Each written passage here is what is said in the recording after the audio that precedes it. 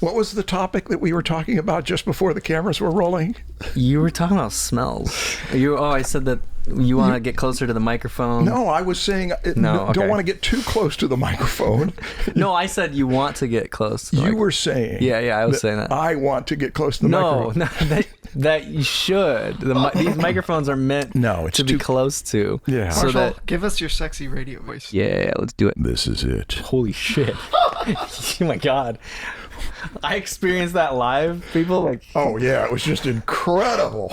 The vibrations in here. Well, let's see. Vibrations.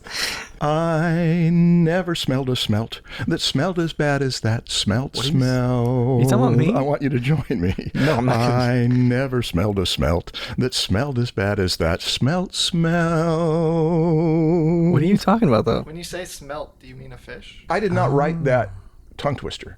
Okay. That is an old tongue twister. It's from, I think, the George S. Irving collection or something like that. And I made up the tune. Okay, cool. So, how you been, Marshall? It's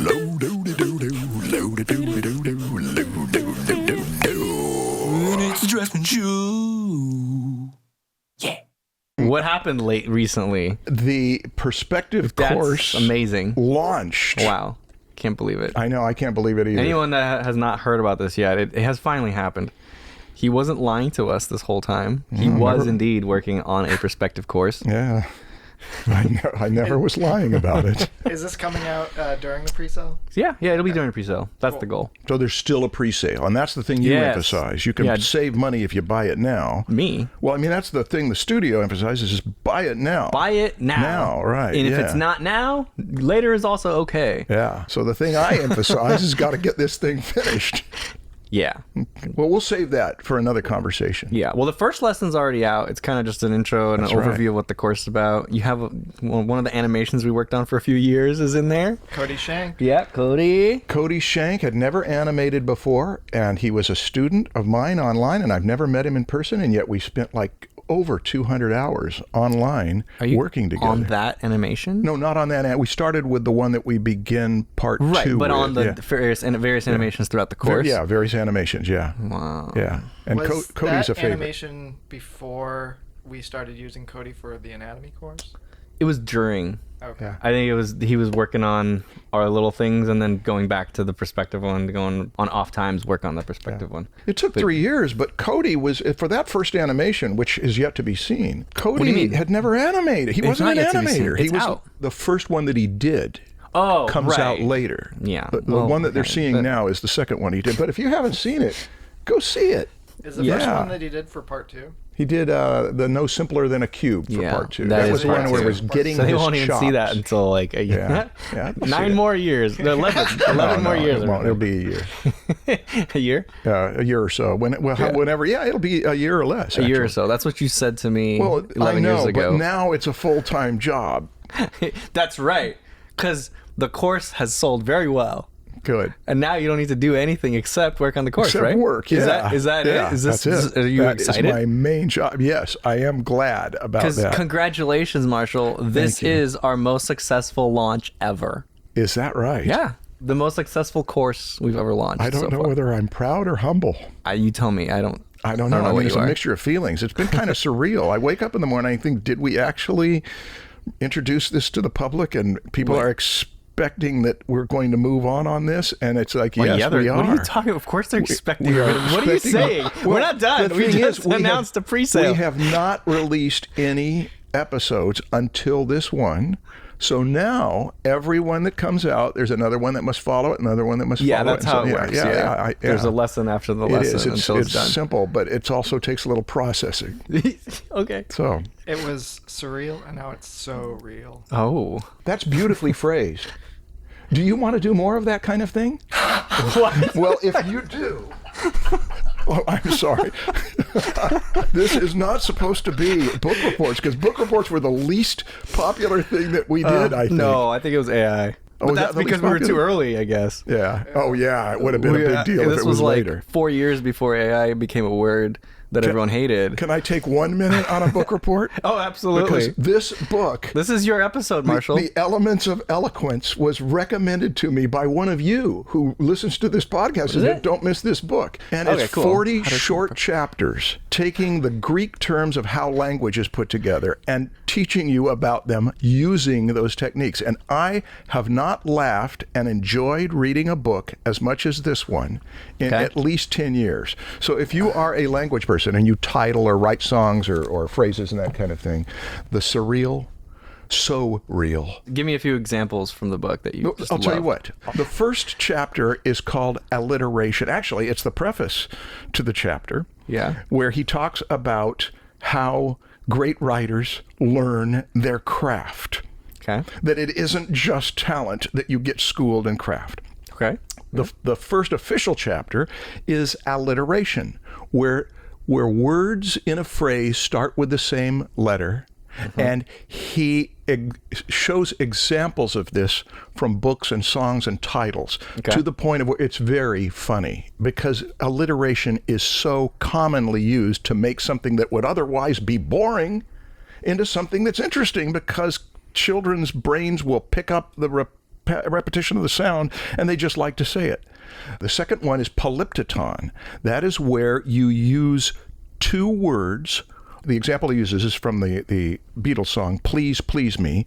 Two words that are the same word or etymologically related, but one is a verb and one is a noun.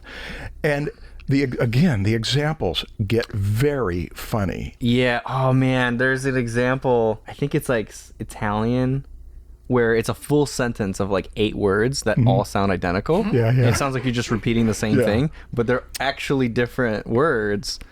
It's an actual sentence. Let me see if I can look it up. Oh. But you built up the tension. What was the first one? What's an example of an alliteration? Nobody has ever thrown a baby out with the bathwater, nor is there anything particularly right about rain. Even when something does make a bit of sense, it's usually obvious why the comparison was picked. It takes 2 to tango, but it takes 2 to waltz as well. There are whole hogs, but why not pigs? Bright as a button, cool as a cucumber, dead as a doornail. In fact, Dickens made this point rather better than I at the opening of A Christmas Carol. Old Marley was as dead as a doornail. Mind, I don't mean to say that I know of my own knowledge what there is particularly dead about a doornail. I might have been inclined myself to regard a coffin nail as the deadest piece of ironmongery in the trade, but the wisdom of our ancestors is in the simile. And my unhallowed hand shall not disturb it, or the country's done for. You will therefore permit me to repeat emphatically that Marley was as dead as a doornail. Except that Dickens knew full well why it is doornails are dead. Dickens was a writer, and as a writer, he knew that alliteration is the simplest way to turn a memorable phrase. This was, after all, the guy who had written Nicholas Nickleby, The Pickwick Papers, full title, The Posthumous Papers of the Pickwick Club, and indeed, A Christmas Carol. He knew which side his bread was buttered, as had those who came before him, like Jane Austen, Sense and Sensibility, Pride and Prejudice, and those who came after him, Where's Waldo? Okay, you get the idea. While you're reading that long ass thing, I found the other. It's a French example. I guess it's just a tongue twister, but it's a bunch of words that sound the same. It's si tan tan tan tong tan tan tan tan tan tan Sarah tandu part tan tan tan. That's a real sentence. It's just tan tan the whole time. What does it translate? If your uncle shaves your uncle will be shaved by your uncle.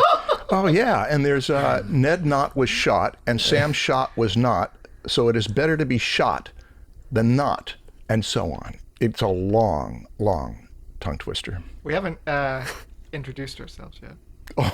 Oh, hi, Stan. I'd like to introduce Stan Prokopenko, Thank you. the founder and owner of the Proko Studios, host of the Draftsman podcast. And Marshall Vandruff, the other host of the Draftsman podcast, and author of The Perspective Course. Yeah. Oh, I like that word, author. Why? Yeah, I mean, it sounds important. It sounds very grown up. It does. Yeah. It's better than like creator, right? Or influencer. Creator's a little pretentious. Author's sort of on the border. It sounds more classy, right? Cheers. Let's do another Draftsman podcast. People have told us that they have been waiting for it. Yeah, this one's about cinematic perspective. How did this subject come up? This is just a way for us to market your perspective course. It's just, Okay, so it's a commercial motive. I mean, it's a topic that we haven't talked about, and it's related to perspective, so we could put an ad for the perspective course later in this episode. And there It are precious does. few topics we haven't talked about. Yeah, there's not many. What's the first thing on your list to talk about regarding cinematic perspective? Well, there was a reason that I asked you why cinematic perspective. Oh. And one reason was, Well, I gave you the that right answer, right? We're marketing the perspective course, so we Yeah. want more people to buy it. I gave you the honest answer. You gave me the honest answer. I appreciate I'm not it. a liar. But there was also another reason, wasn't there? I mean, wasn't there another? What's like an interest in the subject? The other reason was, that I think you are very interested in that. All right. Well, then I'll start with something important.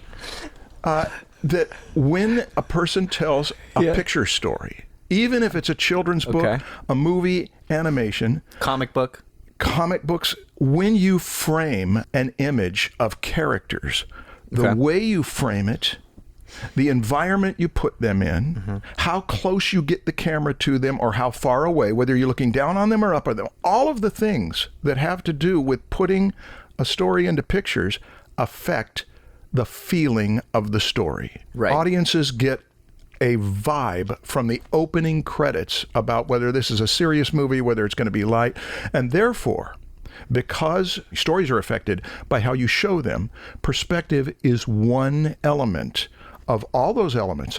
Is it because the camera is the audience? The camera is that- the audience. So where you put the camera, you're putting the audience there in that spot. right. That's and so right. it's like, this is you, this is your point of view, and the way you see the scene happening obviously has an effect on how you perceive that scene. Think about how it was when people watched plays. They would sit in a particular seat, the stage would be down there, the actors would be doing their thing. If it was a good play, they'd get a feeling from it.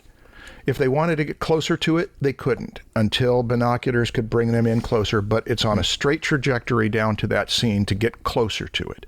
So when film and animation come in, you suddenly and amazingly have the ability to pick the viewer up and put them in the action, get them on the other side of it, look down, look up, etc. So when an art form with that kind of flexibility and opportunity to play the audience's feelings introduces itself, you are going to have creative people who say, we can use this. One little thing about that, silent films have some of the great imagery in film history. Part of it is because they were not locked down by sound. You could put the camera anywhere, and you look at some of those shots with those smaller cameras. And one of the famous ones is from the old 1920s Ben-Hur, where they could put the camera down in the street, in a hole in the street, and the chariot would go right over it. So it becomes amazing what you can do with movies. Those kinds of shots sometimes feel out of place, where it seems like it's done purely for artistic fanciness. Just like, look at this cool shot, instead of actually being helpful to the story. I kind of felt that. Do you watch The Bear? I have heard about The Bear, but Okay. I don't see anything that's happening right now unless it's Well, I highly kind of recommended. felt that way sometimes in the third season Okay, that just yeah. came out, where some of the stuff happening was a little too fancy, and it was like, can we focus on the story a little more? Yeah. That's just how I felt it. Don Richardson used to call that camera waving. It's where you're saying to your mom, look what a good filmmaker I am. Right. Look at how well I am doing with the camera. And he had a cure for it. We'll get to that. That's attitude. That's overdoing your hand. We had a little talk about this when we talked about faults of artists. Camera waving is great when the camera is what the story is about, is look at what these incredible shots look like. And so camera waving is a popular thing, but it does distract from what the story, it can distract. Yeah. So that's where a filmmaker needs to check their attitude, Yeah. whether they're showing off. I think sometimes it could be a nice pause from the story, but when the story isn't being developed as well as it could, and then that stuff's thrown in, it's kind of like, come on, let's like, Yeah. You're just filling. You're just adding filler. You're showing here. off. Yeah. Right? Did you feel that way? Did you watch the season? I'm watching the third season. Okay, you're not done yet? I'm not done. Okay. I can see where you're coming from with that. I personally watched The Bear for that kind of stuff. Oh, okay. So for me, I feel Yeah. like, yeah, third season's great. Okay, I can see that. Okay, because you know Peaky Blinders, they have a lot of really amazing shots in that, and I always really enjoyed them. I always enjoyed that pause for just like visually beautiful stuff happening, but I never felt like it ever took away from the story. And sometimes what seems like camera waving might actually have an effect. When Buzz finds out he can't fly, and he's down on the ground and his arm is separated, Yeah. and the camera goes, was that not an emotional moment Oh, to you? absolutely. Yeah. But that's part of the story. That's what I'm saying. Yeah. It has a purpose. It does. That's where you're doing a cinematic move. That if you do that with a physical camera, that's a lot of work. Why would you do it? Because it is going to feel so powerful to the audience. That's where the instinct of a creative picture maker comes into storytelling. Yeah. Mm-hmm. Okay, and that has to do with perspective. I mean, that is a trajectory that you could have zoomed out. If you zoomed out, if you may not know this yet, by lesson 11, you will thoroughly understand this. I mean, lesson 11 of the perspective course. Mm-hmm. Zooming in does not get closer. It only crops down so that it feels like it's closer, but it isn't. Zooming out does not get further away. It only opens up the angle so it includes more. It is a completely different feeling that when you track in or dolly in, when you're actually physically moving the camera and things are going by, because everything spreads out as it goes by, and it's an emotionally different effect. And we could talk for 10 minutes about how a zoom and a track in feel different or out, and make comparisons, because a shot framed the same way, where you have a person, if you feel like you're close to them, it's more intimate, but if you feel like you're like a mile away, but you're zoomed in all the way, it feels like you're spying on them. Yeah. So it's like completely opposite. That's right. And people even use that word. One is a voyeuristic look. We don't see with zoom vision. And so it's a surreal look. Mm-hmm. MASH was mostly shot through a zoom lens because everything felt like it's in this dream world, which is not how we see. We, in this last year, we watched a number of movies that started with the camera in the action so close. In one of them, you could even hear belly sounds going on as a guy was getting examined by a doctor. So many shots opening the story with you intimately close to their bodies, because it's metaphoric for how you enter the world. You're very close to your family, and then as the story goes on, you start to spread out your vision. You start to want to see more. Now, I'm getting ahead, but the point of this was that cinematic perspective is a technical issue that camera people have to use. Animators have used it for years. Comic book artists will care about if a superhero is coming toward you, whether their fist doesn't get that much bigger, and then later in the story the fist gets really big because they've changed their strategy for how they want this to feel. So yes, there's the first point. Pictures affect feelings. Yeah. Any kind of action scene, it seems like the closer you are, the more epic and dynamic it feels, right? Like watching sports from a camera that's far away and just kind of tracking left and right, it feels very different from a camera that's like right there, right on the sideline. Isn't it a trip too? Yeah, it's so different. When you see baseball players where it's shot from the outfield and you see the pitcher and the catcher and the batter exactly the same size. It is such a strange phenomenon. I love it. In fact, when you and I first met and we were talking about doing a short video, not a whole course, that would have universal appeal or whatever. Mm-hmm. And I threw a whole bunch of ideas at you, and most of them didn't stick. But one of them was, I'd like to do one where it's on the difference between how things look when you're close up to them and far away, and how you can have them the same size in the frame, and yet they look completely different. And you said, nah, but we're getting away with it. I found a way to sneak it in. It's lesson 11. If it's part of your course. Yeah, it's part of the course. Like, proximity. Yeah. I'm proud of that. Okay. You snuck it in. Snuck it in. Okay. I don't think I told you not to do any of the lessons that you're doing. You had complete control over that, on right? the perspective course. Yeah, you let me go. You let me go so much that's part of why it's taken so long. It's my fault, Marshall. Well, we'll talk about this when we talk about long-term projects. Okay. Yeah, that's the next episode. Yeah, long-term projects and all that. Okay, Future Marshall here with an addendum because I forgot to mention this in the studio.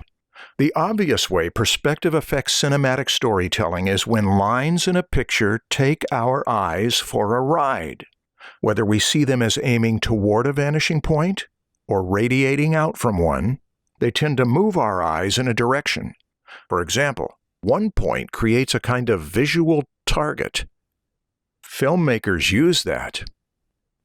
But even 2 point creates angles, and any artist who cares about composing an image cares about composing with angles.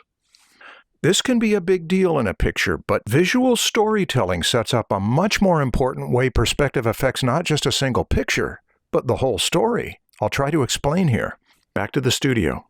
I've made 1 point. Okay. That proximity. Yeah, how close you are, how far away. What's the other thing? Affects an audience's feelings. Yeah, can I guess what the next one is? Well, yeah, guess any of them. I want to hear how many of them you would guess. Well, I'm imagining one of them is type of perspective, like 1 point, 2 point, 3 point perspective. Looking down and looking up would be part of it. Wait a second. Or even just looking at an angle. Let's not worry too much about it being specifically perspective because we'll get to that in a few minutes.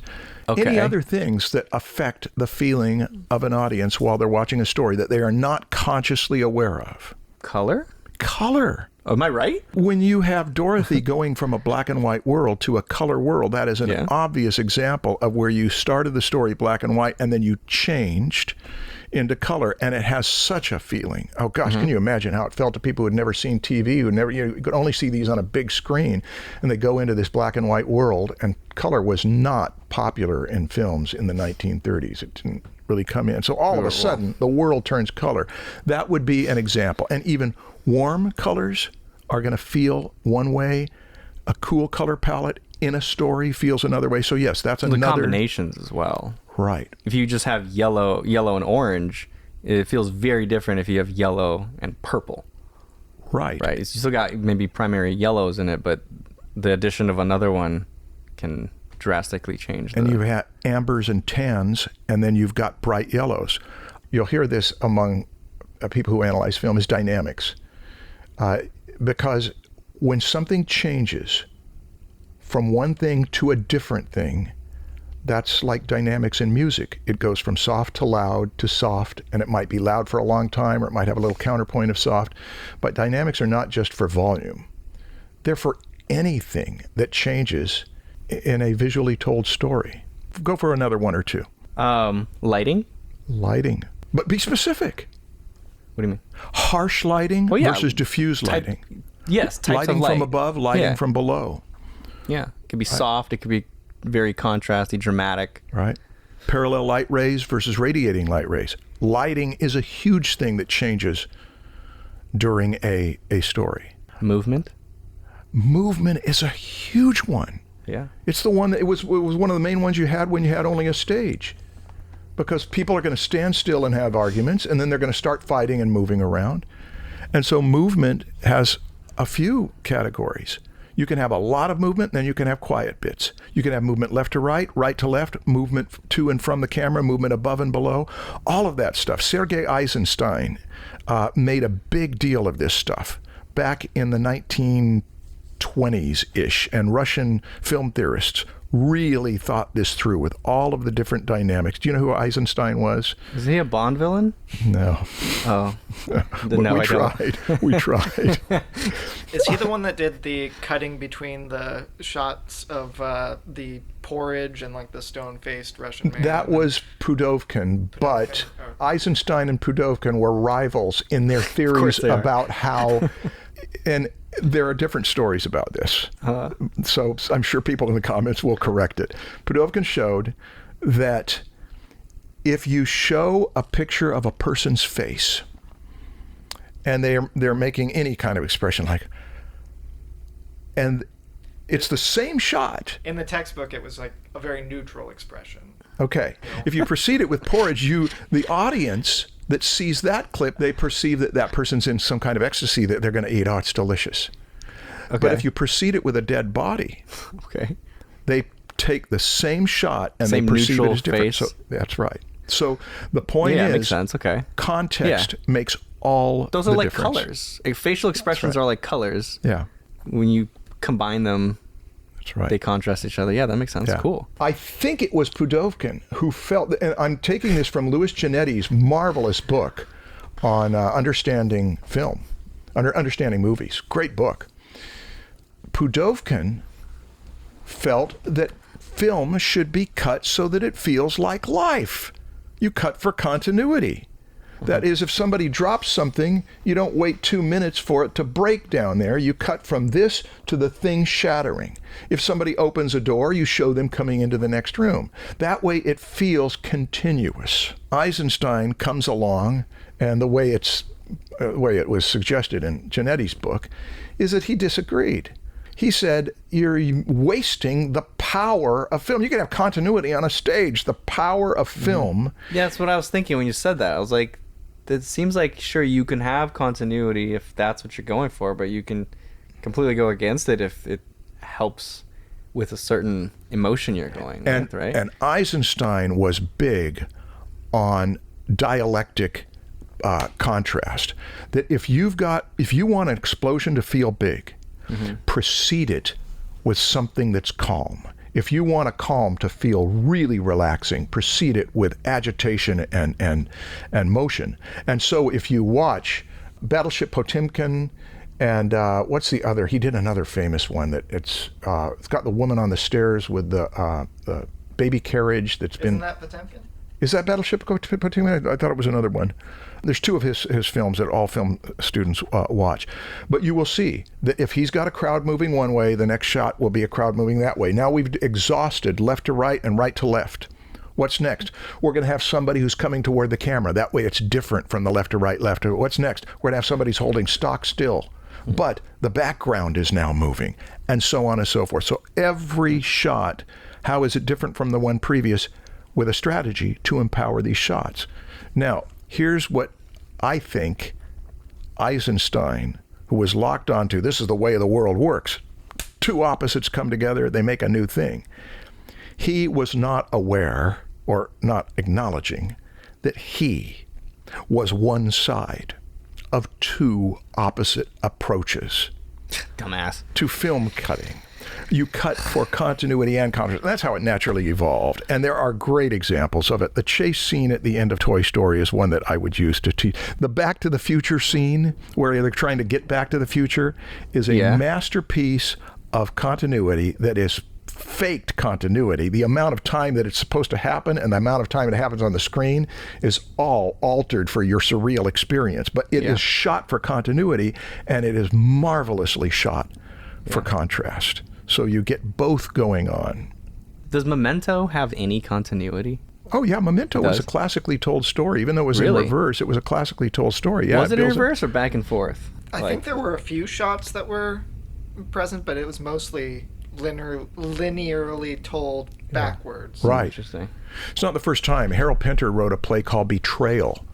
And it's made into a movie with Ben Kingsley and Jeremy Irons. It is a worthwhile movie, but it is told backward. But doesn't that break continuity when it's the opposite? No. No? And McKee said that I think McKee said that he recut it so that Betrayal would be told in the order it should be told, chronologically.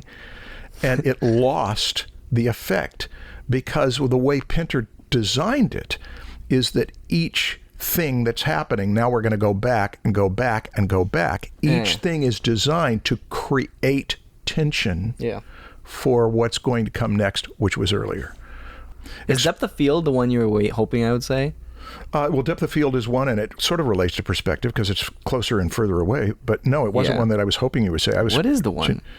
Oh, well, when you talked about movement of the camera is one thing. You can have all sorts of crazy things going in front of the camera and it stays still. Fred Astaire, I think, was the one who said, when I'm dancing, the camera should stay still.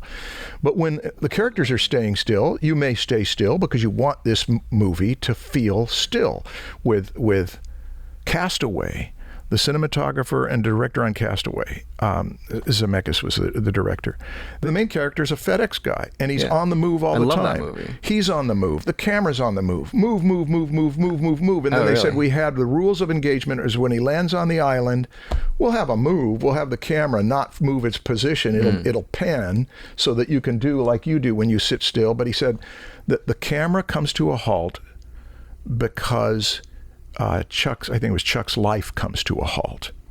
So that is, again, it's using things that the audience doesn't think about, but they feel to enhance the feeling that they've got. So when you're in the hands of a good cinematic storyteller, they are aware of how close, how far, how still, how moving, how bright or dull or warm or cool or complex or simple.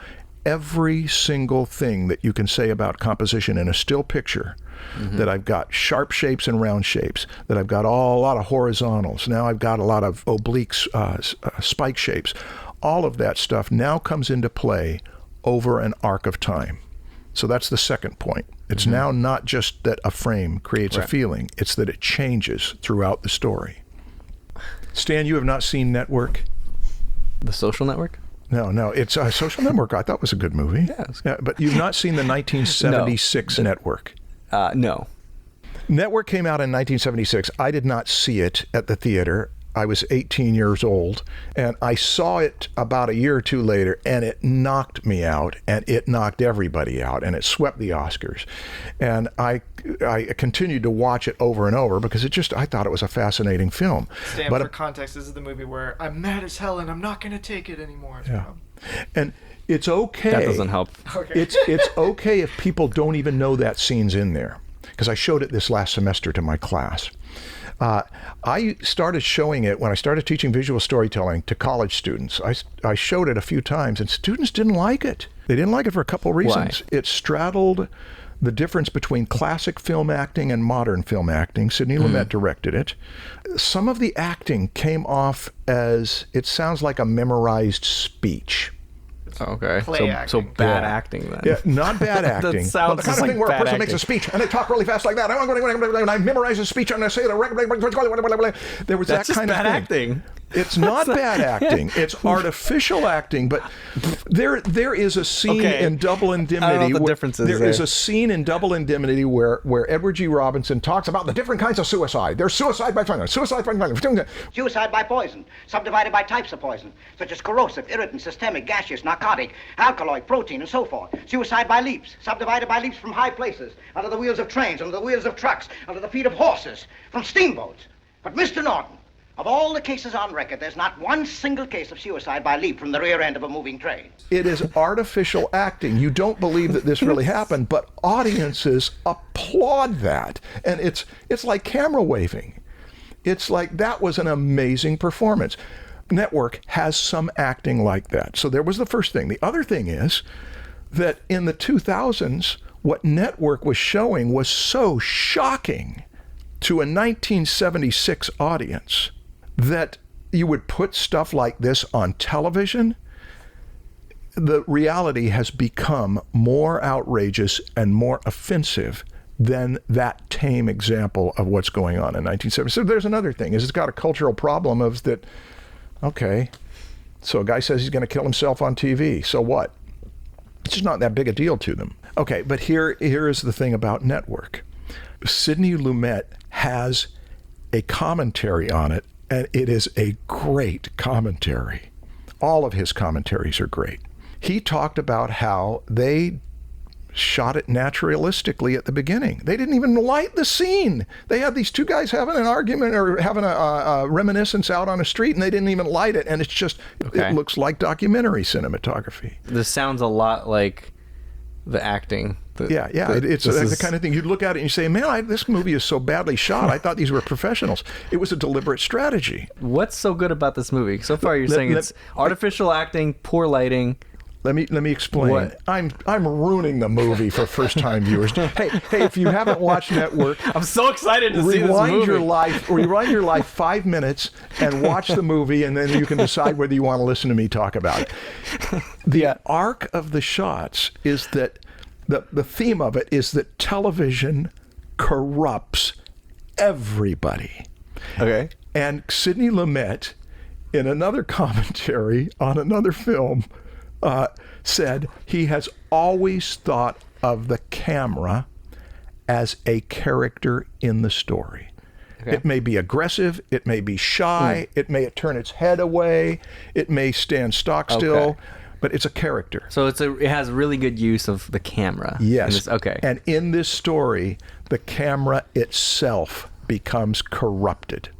Wow. So that as time goes on, it starts to pretty up the scene. And he said by the time they got to that final scene where they're having a conference of what to do with Beale, he said, we lit it like a Ford commercial.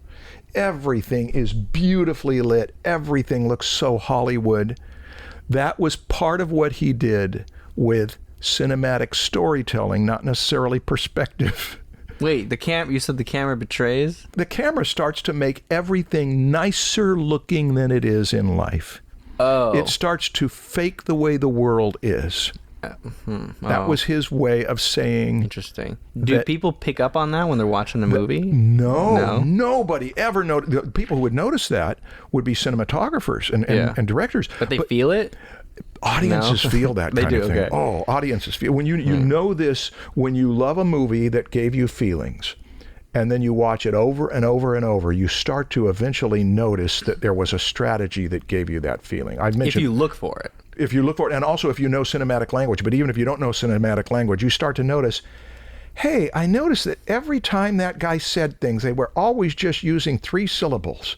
And then later, they start to they do that big speech, and I never consciously noticed it. That's cinematic strategy. That's that you can change things so that the dynamics explode or implode or alter in a way that empowers shots and empowers the whole story. Because when you come away from Network, when I came away from Network, I just could not believe how somebody put out a movie that shows how corrupt an industry can be, how corrupt the world is. That's kind of what the theme of it was. And it was working on multiple levels that were chosen by the director. Okay, I feel like I'm talking too much.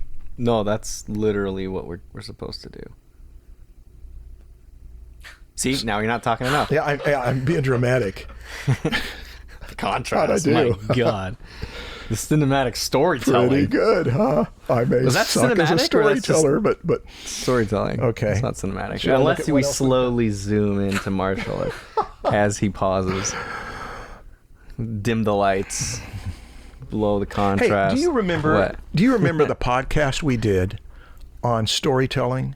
Oh, the episode, yeah. It was I was trying to remember the podcast. It was that we season did. 3. I don't remember the It numbers. was when we were back here in the studio. It was like after the pandemic, we came back and we did a podcast on the studio. Well, that was one of the ones you led, probably, right? Yeah, it was. So it was. You asked me about story, and do you remember anything from it? No, I have a horrible memory, Marshall. You know this. I have a selective memory. Okay. Very. Well, I shouldn't have put you on the spot then. I don't care. I've said this probably 20 times already. Yeah, you have. So I should know by now. I'm the one on the spot. So, yeah. Do you remember whether you liked that episode? I don't remember if I liked it. I don't remember if I remember. Doc, none of us can remember anything from last night. Remember? Every time I don't remember, Melissa and I don't remember something, we just we don't remember. It's polyptyton. Oh, yeah. Bring it back. During that episode on storytelling, you asked me something that I had to say no to, and I was sorry about it. Is there any course, is there any place a person can go and learn about the craft of story structure and story elements and story principles? And I said, there's lots of resources, tons of good ones, but an entry-level one that like an 11 or 12-year-old could get at and really comprehend it, I didn't, but I do now. What is it? It's one that I've been teaching for well over a decade. It's that storytelling lessons from the masters, where we focus on 5 episodes of The Simpsons, and we sell it on Proco. I finally found one. But I am proud of that course.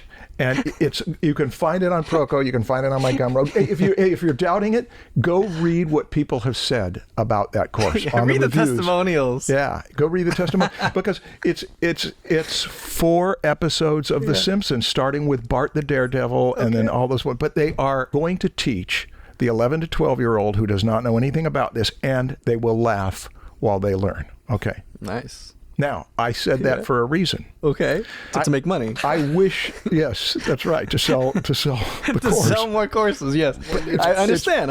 Pretty doggone inexpensive. There's nothing for what's wrong in with there. this. Yeah, right. I'm not feeling guilty. Wait, come on. This is just Okay. a lesson. This is you're teaching the audience that, like, yo, you got to sell yourself. There's no shame in that. No, there's no shame in it. So Yeah. we've made that point. Yeah. Now, okay, let's move So on. learn from Marshall. Ask me if there. Always be closing. If you were to ask me, is there a short entry level, good for 11 to 12-year-olds Is this another introduction pitch? to cinematic perspective and Lessons from cinematic Heinrich Kley, is storytelling? I don't have a course yet. Bridgman? Actually, Are you pitching the Bridgman course right now? no, I'm not. I'm pushing, no, the Bridgman course doesn't even come into this. So knock it off. Okay, I'm sorry. What is it? Where are I you getting don't that? have a course yet What? on cinematic storytelling, and because I thought you just said you did. No, that is Oh, not about cinematics. It's about story Story craft. structure. Got it. Okay. Story craft. But the one on image and sequence, which I've been teaching for 20 some years, I am teaching this semester at Fullerton College, the community I thought college. you're not taking any other jobs. It's on Saturdays, and it's my Saturday group. But I'm kidding. I will make it public at some point. You make everything difficult, It's difficult for you. but it's fun. So for great you. for me. Yeah. Oh, it's just great. I love it. See that guy knock that crutch out from under him? Okay. Do it for us, Marshall. All right. Let's see. Let's go back to the How to Learn Composition episode, because that was about composing a still picture. Yeah. The secret to cinematic storytelling is to learn the principles of composition, Okay. say for a picture, which see how they're similar to the principles of music, which unfolds over time. And they are very similar. I remember I started to understand composition in pictures by listening to Pink Floyd albums and seeing how they used contrast. After Before the bells would ring, How much? they would have really quiet little clock ticking, so that the power of contrast before they were really deliberate about using contrast. I thought, well, that's what picture makers do.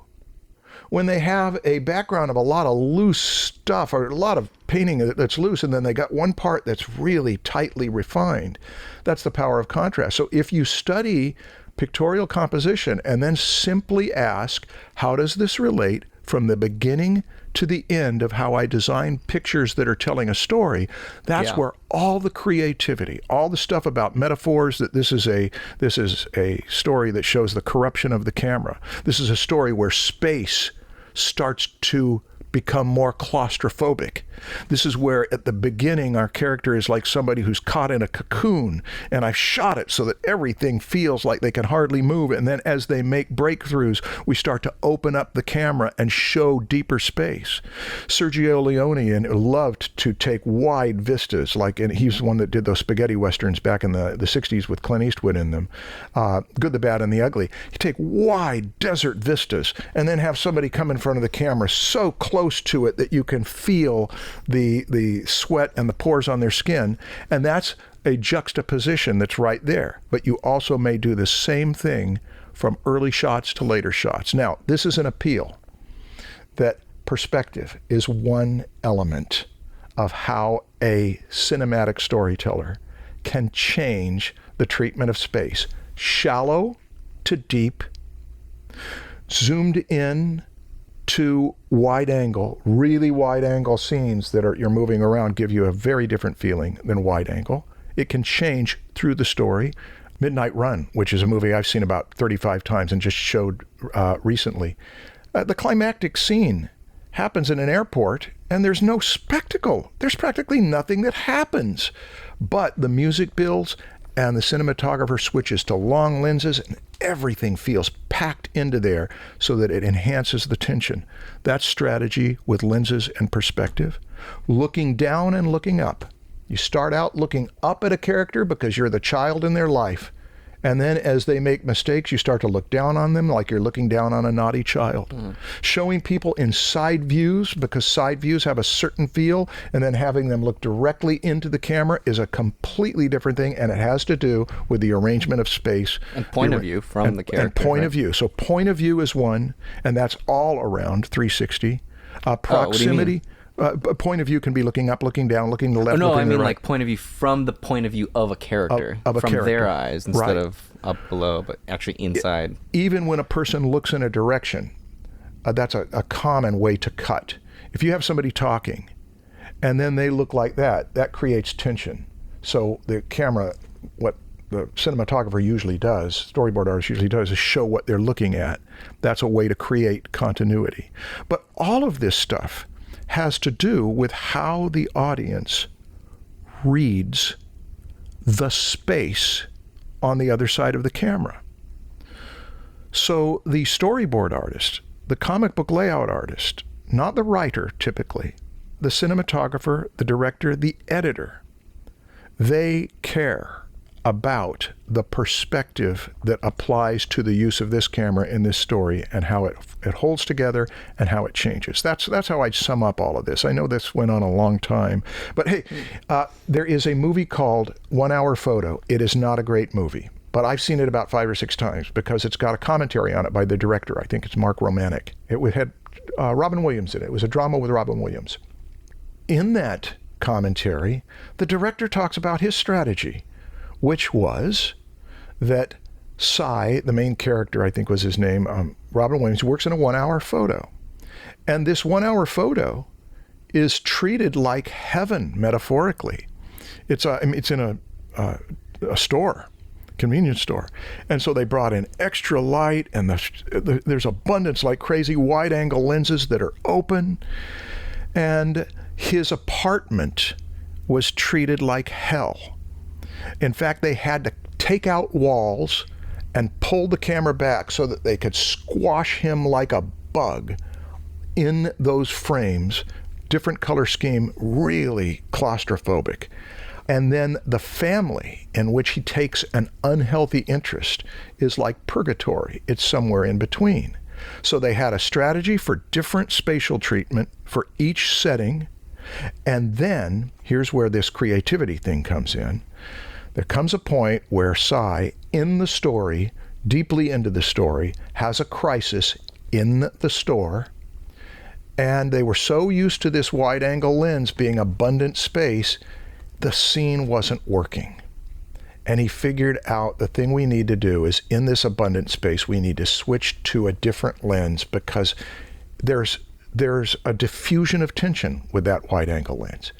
Go back to the narrow lenses, even this is in the environment where we do it, and now you brought back the tension. So there is a sensitive director who is playing with space to get the feeling in the story. And if you like the movie, great. Even if you don't like the movie, it might be worth it if you're studying this. But I've got a list of about 100 films that you could study. Is it a list that you have cinematography. written on a computer? I could make a list. Oh, well. Yeah. I'm just saying we could just add that to the lesson notes. Hey, there's one we So- neglected, and it has everything to do with perspective. It was What's what that? I mentioned earlier about plays. Out of the action is a way to shoot things. It's what you do when you film a play and you're outside the action. It's the way almost all comic strips are. Everybody stays pretty much the same size. It's a staple in comedy. Charlie Chaplin talked about that's what you use for comedy because you're outside this person's suffering. And so they slip on a banana peel. But when you put the camera in the action, you enhance the dynamics.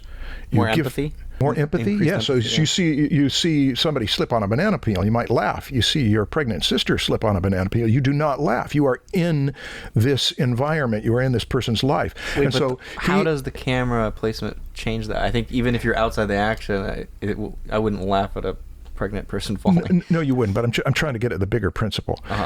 Charlie Chaplin, and there are people who love to argue this stuff, but there is that. There is the thank you for arguing approach to communication. Charlie Chaplin said long shots for comedy, close-ups for tragedy. And if you watch his repertoire, you see that he uses a lot. It's not a rule.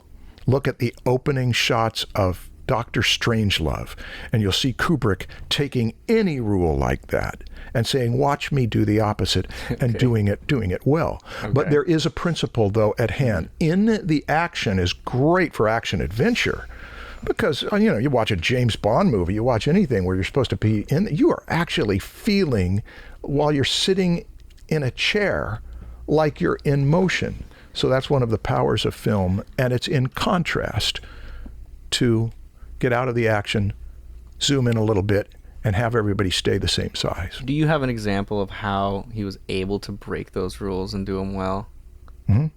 Lots of examples. Just give me one of your best Well, ones. the first one would be that in Dr. Strangelove, which is a comedy, it's a black comedy, we have got the camera so close to a dangerous person, a person who's going to ruin the world, and it's funny, but it's also frightening and kind of disturbing, because the tone of that story, this is not just a comedy, it's a comedy where people die. I'm going to break these rules. So it's still funny. It could still be funny, but being so close does add an additional element to it, but it doesn't necessarily remove the comedy. It feels like you just realize you're born into a family that kills people, that's crazy and is going to get everybody killed. Yeah, there is a feeling associated. Here's the opposite. Hitchcock made this one of his maxims, is that typically you show an establishing shot of the room and the people, and then, like when you go into a party, you want to see the whole room, and then you find the people you know, and eventually you get close up on conversations with people you know. Hitchcock liked to do the opposite. He liked to start within an environment and not show the whole environment until there was a moment where it would be emotional. Oh, Ordinary People has a great shot like that, where you're in this environment, and then all of a sudden at the end of the scene, the camera shows the whole environment, and then all the feelings come over you because you're looking at it almost like it's an historic event rather than one you were in. So that's using the big establishing shot, not for comedy now, but to give a poignant feeling of, wow, this is a moment in their lives. So there are no rules with these, but there are principles, and people who want to seek rules, that's okay to start, I think, in training visual storytellers. Seek rules and know them, but then if you're going to be creative, you'll have ideas. Okay. No, I like that one. Okay. Don't read too much into it. Good, I feel relieved. The, Yeah, I'm creating a lot of tension by talking and wondering whether I'm boring. Are you creating the tension, or am I? We've said enough. Yeah. I think we should end the podcast right here with a hard cut.